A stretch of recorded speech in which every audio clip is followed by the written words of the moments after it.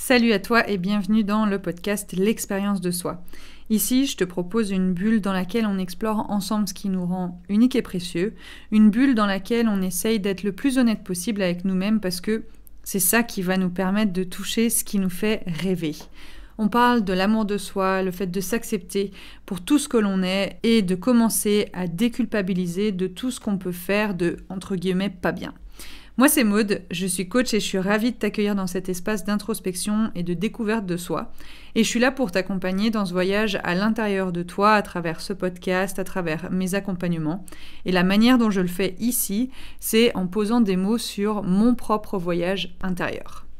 La semaine dernière, je te racontais mon plan pour terminer ce voyage en Nouvelle-Zélande. Sache que j'ai pris la route pour remonter la côte ouest de l'île du Sud et que la route ne m'a pas prise. Mon van a décidé de tomber malade. Et oui, c'est l'hiver ici. Il a donc commencé à tousser jusqu'à s'étouffer et donc s'éteindre. Il est vraiment littéralement tombé en panne à 1h30 de Queenstown. J'avais 5 heures de route devant moi, donc je venais vraiment de partir. Impossible de le redémarrer. Et là, il est toujours au garage et pour le moment, je ne sais pas ce qu'il en est. Donc ce petit road trip risque de ne pas se faire en termes de temps, ça va être trop short et je vais sûrement rester à Queenstown jusqu'à la fin de mon visa. Donc ça c'était pour les news voyage. Ah, que de rebondissements. Allez, c'est parti pour l'avant-dernier épisode de cette saison. Dans l'épisode du jour, je veux vraiment partager avec toi à quel point on est capable de changer notre vie. Je veux partager avec toi à quel point moi me rendre compte et me responsabiliser de ces 3 rôles du triangle de Karpman dont je t'ai longuement parlé ces derniers temps m'a changé la vie et je t'en souhaite vraiment tout autant. C'est pour ça que je t'en parle. Ce triangle, moi j'en ai pris conscience il y a 4 ans et c'est seulement maintenant que je sens que j'arrive à le maîtriser en étant en paix avec moi-même et sans me questionner sans cesse dans mes relations avec les autres. Sauveur, victime et persécuteur, c'est 3 rôles que j'ai tellement pris dans ma vie, dont j'ai tellement été esclave et qui m'ont fucking bien pourri la vie et pourri beaucoup de mes relations. Ces rôles pour moi font aussi partie de cette illusion de vivre un peu à côté de ses pompes, parce que quand on sort de ce schéma, on se rend compte qu'il existe bien plus de possibilités de vivre et de jouir, vraiment de jouir, de relations agréables, sereines, solides et stables. Et ça change la vie. Il y a 2 points importants. Le premier, c'est de décider d'arrêter de prendre ces rôles, donc d'en être le créateur, et d'en sortir le plus rapidement possible lorsqu'on crée la situation. Et le deuxième point, c'est vraiment de décider d'arrêter de subir ces rôles lorsque les autres nous les imposent, et pareil, d'en sortir le plus rapidement possible lorsqu'on est en plein dedans. Je crois que le problème, c'est pas vraiment de se retrouver dans un triangle. Je crois que le problème, c'est de ne pas s'en rendre compte et d'y rester. Pour ma part, je sais pertinemment que je vais encore créer des situations conflictuelles de ce type dans ma vie. Mon but, c'est pas d'être parfaite. Et puis, j'ai pas non plus la prétention de dire que ça ne m'arrive plus ou ça ne m'arrivera plus. Et je sais aussi que les autres vont en créer avec moi. C'est juste la vie, quoi. Seulement, avoir conscience de ce schéma, ça nous facilite notre rapport au conflit. Aujourd'hui, pour moi, c'est beaucoup plus facile de sortir d'un conflit pour 2 raisons. Première chose, c'est que j'ai appris à comprendre le fonctionnement de ce type de conflit. Et deuxième chose, c'est que j'ai appris à comprendre mon propre fonctionnement avec ce type de conflit. De quelle manière moi-même j'utilise cette dynamique de conflit relationnel avec moi-même et avec les autres. Et aussi, j'ai appris à sentir lorsque je suis dedans. C'est un mélange de sentiments, je suis sûre que tu connais ça, enfin, je suis sûre que tu en as déjà pris conscience en fait. C'est un sentiment un peu désagréable, de culpabilité, d'impuissance, d'incompréhension. Et c'est pour ça que dans ces 3 derniers épisodes bonus que je te faisais, je te disais, il faut que tu sentes la différence entre aider et guider concernant le sauveur, subir et agir concernant la victime, et critiquer et encourager concernant le persécuteur. Parce qu'au fond de toi, tu sens déjà qu'il y a quelque chose qui n'est pas à sa place, que c'est pas sain pour toi. Et le fait de connecter à cette sensation désagréable de manière consciente, ça nous permet de sortir beaucoup plus vite du conflit, avec beaucoup moins de dégâts, et aussi on assume beaucoup plus notre responsabilité, et donc on ressent beaucoup moins de culpabilité. Mine de rien, nous responsabiliser, ça nous fait du bien à nous-mêmes et ça fait aussi beaucoup de bien aux personnes autour de nous. Quand nous-mêmes, on prend l'initiative de changer quelque chose dans notre vie, ça a forcément un impact sur notre entourage. Donc restons focalisés sur nos comportements plutôt que d'attendre des autres autour de nous qui changent, quoi. C'est trop facile d'attendre des autres qui changent et de nous-mêmes ne pas changer. Ces 3 rôles, j'ai vraiment pris le temps de te les expliquer dans les derniers épisodes du podcast parce que je trouve que c'est vraiment important pour notre bien-être de se pencher là-dessus. Ce que je veux te faire passer comme message aujourd'hui, c'est à quel point sortir de ce schéma nous change la vie. Personnellement, je suis entrée dans ces 3 rôles, non pas seulement avec les autres, mais surtout avec moi-même. C'est moi que j'ai arnaqué en premier et que je continue de faire de temps à autre. Tu sais, cette petite voix en arrière-pensée qui te dit « Non, quand même, il y a quelqu'un qui va m'aider dans cette situation. » C'est cet espoir d'être sauvé. Ou encore, c'est pas assez et ce sera jamais suffisant. Une sorte d'autoflagellation ou le fait de s'en prendre aux autres, tu sais. Ou encore la version « L'autre ne fait pas suffisamment bien. Il y a de toute façon que moi qui sais comment faire, comment gérer, etc. Alors je vais le faire à sa place. » Tu sais, tu connais ce genre de pensée. Si tu es honnête avec toi-même, tu le sais que tu penses de cette manière-là. Et puis il y en a encore plein d'autres des pensées de ce type-là, je t'en ai donné que 3. Mais ce sont en fait les pensées qu'en général, tu sais, on n'assume pas vraiment en réalité, que on n'a pas trop envie que les autres sachent qu'on pense de cette manière. Parce qu'au fond, on ne veut pas que les autres pensent qu'on se considère au-dessus ou en dessous d'eux. Ce qu'on veut, nous, c'est juste être aimé en fait. Alors on met en place des comportements pour, en quelque sorte, provoquer les autres, provoquer le fait qu'ils nous voient, qu'ils nous entendent, qu'ils nous remarquent, qu'ils nous aiment, tout simplement. Seulement, est-ce qu'ils sont vraiment sains, les comportements qu'on utilise pour être vus, entendus et aimés? Et surtout, est-ce qu'en vrai, on se sent aimé en utilisant ce genre de comportement? Ou est-ce que on a une illusion de cette sensation simplement parce qu'on a réussi à attirer l'attention de l'autre? Combien de fois on se sent pris pour victime dans notre tête, on se sent soumis et en dessous des autres? Combien de fois on croit qu'on doit sauver le monde en s'oubliant pour justement être vu par les autres et en même temps s'éviter de se focaliser sur notre propre vie parce que c'est plus simple de régler les problèmes des autres que les nôtres?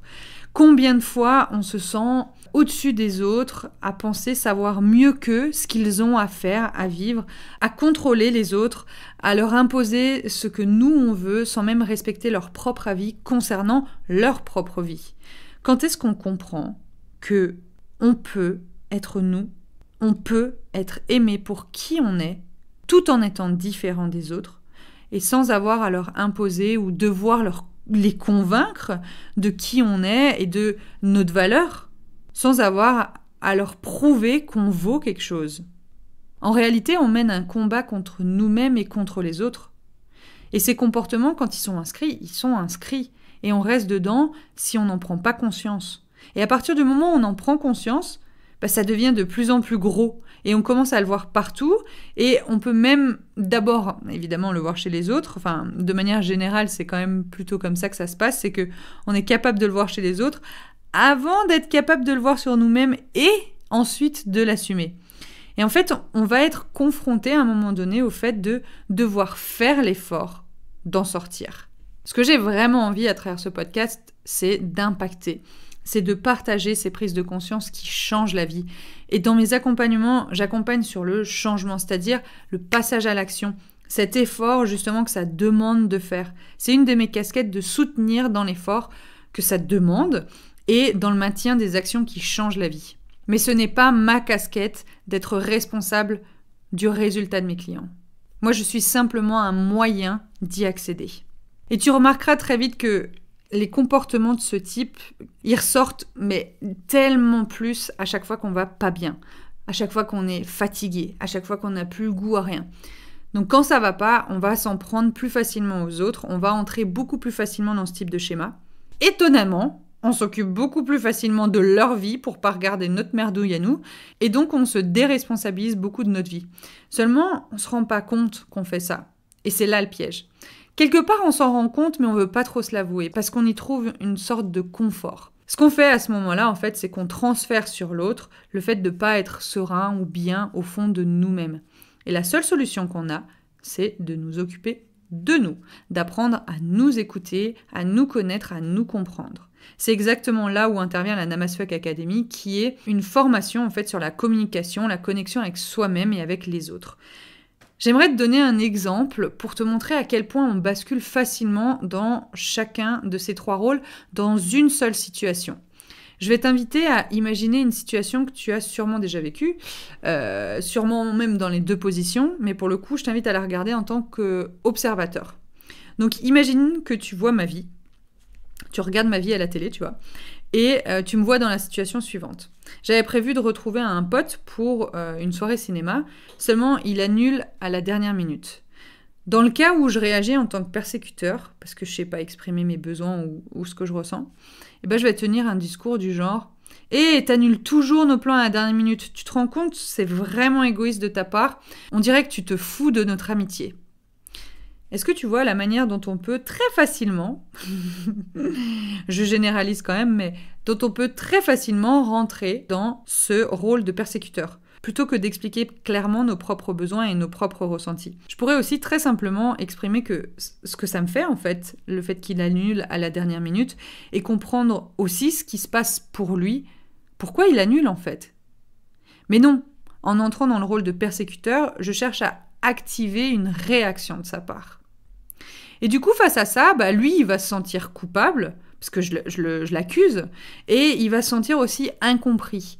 Et il entre dans le rôle de la victime et il me dit « Écoute, Maudala,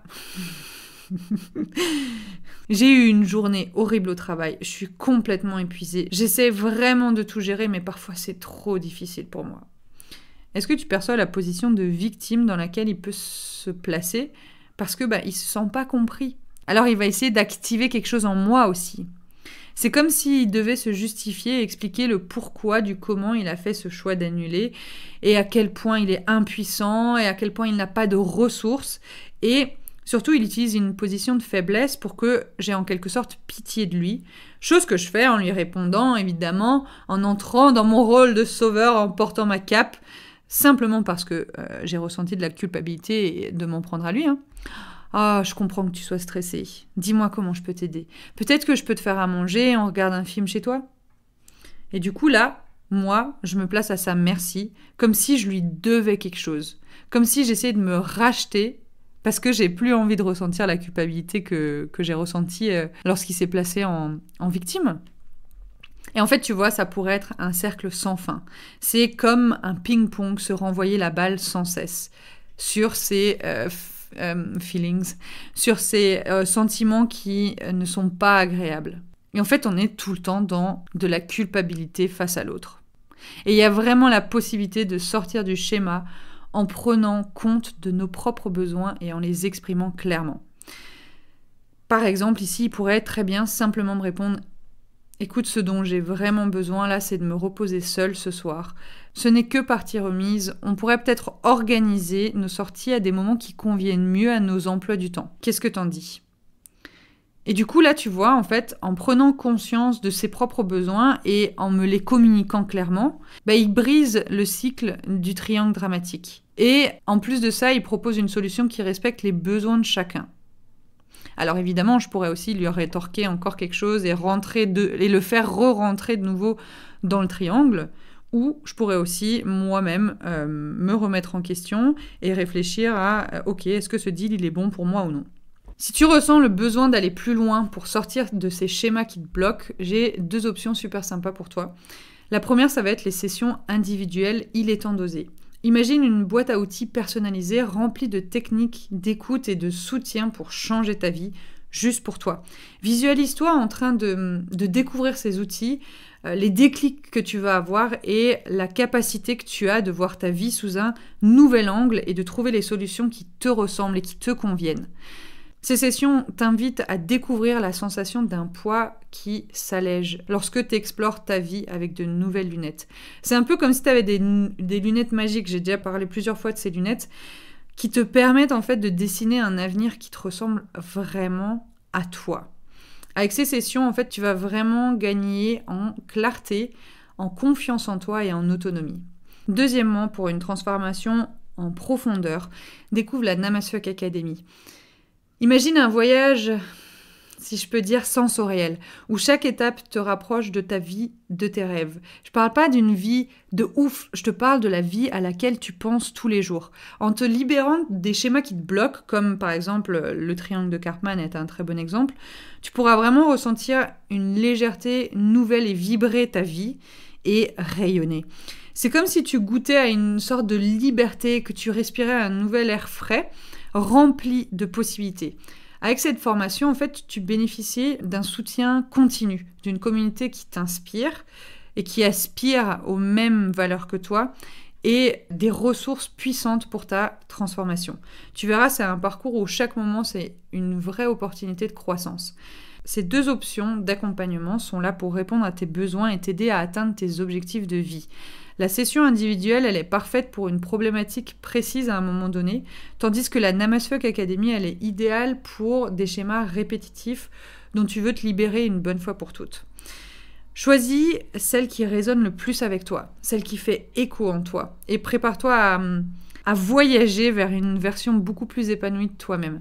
Pour réserver ta session Il est temps d'oser, pour en savoir plus sur la Namasfuck Academy, clique sur le lien dans la description et je t'invite vraiment à écouter cette petite voix à l'intérieur de toi qui te dit de faire le pas maintenant. Voilou, je pense que je t'ai dit à peu près tout ce que je voulais te dire. En ce qui concerne ce triangle, j'ai vraiment pris du temps, je voulais vraiment t'apporter de la valeur. Peut-être que tu n'as pas encore notion de la valeur que c'est. Je t'invite vraiment à te laisser le temps d'y réfléchir, à ce que ça s'infuse en toi. C'est vraiment important de se laisser le temps de s'approprier les outils. C'est pas parce qu'on connaît la théorie qu'on en maîtrise la pratique. Comme dit, si je parle de mon exemple, je connais cette théorie depuis 4 ans. L'introspection, c'est mon boulot. Et pour autant, c'est vraiment seulement maintenant que j'ai l'impression de maîtriser l'outil. Tu sais, d'être passé du fond de l'iceberg à la surface. Et dans 4 ans, je sais que je dirais encore autre chose. Le plus important, c'est comment je me sens aujourd'hui. Le fait que je me sente en paix dans mes relations maintenant. Ça m'a énormément coûté, ça a été dur. Évidemment, je suis pas là pour mettre des paillettes autour de ce qui est pas facile dans la vie. Seulement, aujourd'hui, la sensation de paix que j'ai dans le corps, quand je regarde mes relations, quand je regarde ma vie, quand je regarde qui je suis aujourd'hui, je me dis, putain, ça vaut de l'or quand même de faire ce chemin. Donc, quand on entrevoit la possibilité qu'on peut mener une vie différente, je crois qu'on a tout intérêt à se faire confiance et à foncer et à bouffer la vie à pleines dents. Fais-toi confiance, crois en cette vie qui est dans ta tête. Oui, ça demande un effort, oui, ça va pas être rose tous les jours, et oui, ça vaut le coup. Cette vie qui trotte dans ta tête, là, franchement, vas-y à fond et mets en place tout ce dont tu as besoin pour y arriver. Parce que putain, ça vaut le coup. Et on n'a pas besoin d'en chier pour mériter. Faut vraiment sortir de cette croyance. Je te remercie pour ton écoute aujourd'hui. J'espère que tu auras eu de la matière pour poser les choses plus clairement dans ta vie. Merci beaucoup de prendre le temps de partager ce podcast, de m'aider à le diffuser afin que d'autres personnes puissent en profiter. Les personnes autour de toi, les personnes plus loin de toi. Ce podcast, il vit vraiment grâce à toi. Alors abonne-toi si ce n'est pas déjà fait. Soutiens le podcast avec une étoile, un pouce, un cœur. Note l'épisode et parle-en autour de toi. Tu retrouves toutes les informations importantes dans le lien de la description de l'épisode. On se retrouve dans l'espace safe. Je te rappelle que tu as les confidences pour témoigner anonymement de ton parcours, de tes expériences. Je te dis à la semaine prochaine pour le dernier épisode de cette saison. Ouf, ça fait bizarre de le dire. Je t'envoie plein d'amour. Merci de passer ce temps avec moi. Merci pour cet espace et cette confiance que tu crées avec moi. Rendez-vous mardi prochain. D'ici là, prends soin de toi. Je te fais des bisous.